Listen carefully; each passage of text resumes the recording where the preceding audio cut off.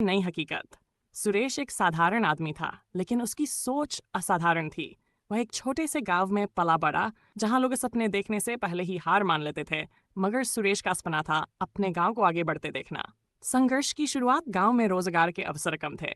ज्यादातर लोग या तो खेती करते थे या फिर शहरों में छोटे मोटे काम करने चले जाते थे। सुरेश ने देखा कि गांव के लोग अपनी उपज को सही कीमत पर नहीं बेच पा रहे थे। बिचौलिए उनका फायदा उठा रहे थे। उसने तय किया कि वह इस स्थिति को बदलेगा। गांव के बुजुर्गों ने कहा, बेटा, ये सिस्टम ऐसे ही चलता है, तू अकेला क्या कर लेगा। पर सुरेश हार मानने वालों में से नहीं था। पहला कदम, सुरेश ने गांव के कुछ युवाओं को इकट्ठा किया और एक योजना बनाई। उन्होंने तय किया कि गांव में ही एक सहकारी समिति बनाई जाएगी, जहां किसान अपनी उपज सीधा बेच सकें। लेकिन इसके लिए पैसे चाहिए थे और कोई मदद करने को तैयार नहीं था।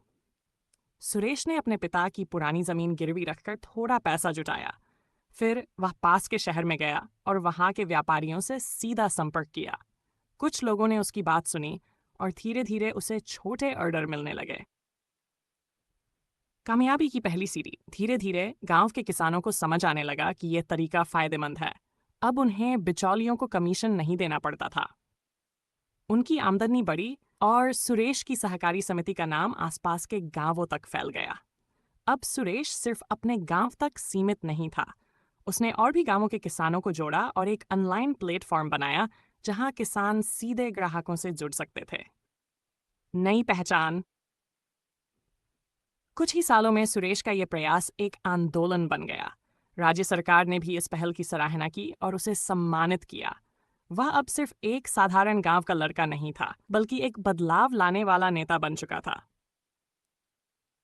सीख। सुरेश की कहानी हमें यह सिखाती है कि अगर इरादे मजबूत हों तो कोई भी बदलाव लाया जा सकता है। सुरेश ने गांव के कुछ युवाओं को इकट्ठा किया और एक योजना बनाई। उन्होंने तय किया कि गांव में ही एक सहकारी समिति बनाई जाएगी, जहां किसान अपनी उपज सीधा बेच सकें। लेकिन इसके लिए पैसे चाहिए थे और कोई मदद करने को तैयार नहीं था। सुरेश ने अपने पिता की पुरानी जमीन गिरवी रखकर थोड़ा पैसा जुटाया। फिर वह पास के शहर में गया और वहां के व्यापारियों से सीधा संपर्क किया। कुछ लोगों ने उसकी बात सुनी और धीरे धीरे उसे छोटे ऑर्डर मिलने लगे। कामयाबी की पहली सीढ़ी। धीरे धीरे गांव के किसानों को समझ आने लगा कि यह तरीका फायदेमंद है। अब उन्हें बिचौलियों को कमीशन नहीं देना पड़ता था। उनकी आमदनी बढ़ी और सुरेश की सहकारी समिति का नाम आसपास के गांवों तक फैल गया। अब सुरेश सिर्फ अपने गांव तक सीमित नहीं था। उसने और भी गांवों के किसानों को जोड़ा और एक ऑनलाइन प्लेटफॉर्म बनाया, जहां किसान सीधे ग्राहकों से जुड़ सकते थे। नई पहचान। कुछ ही सालों में सुरेश का यह प्रयास एक आंदोलन बन गया।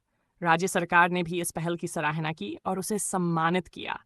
वह अब सिर्फ एक साधारण गांव का लड़का नहीं था, बल्कि एक बदलाव लाने वाला नेता बन चुका था।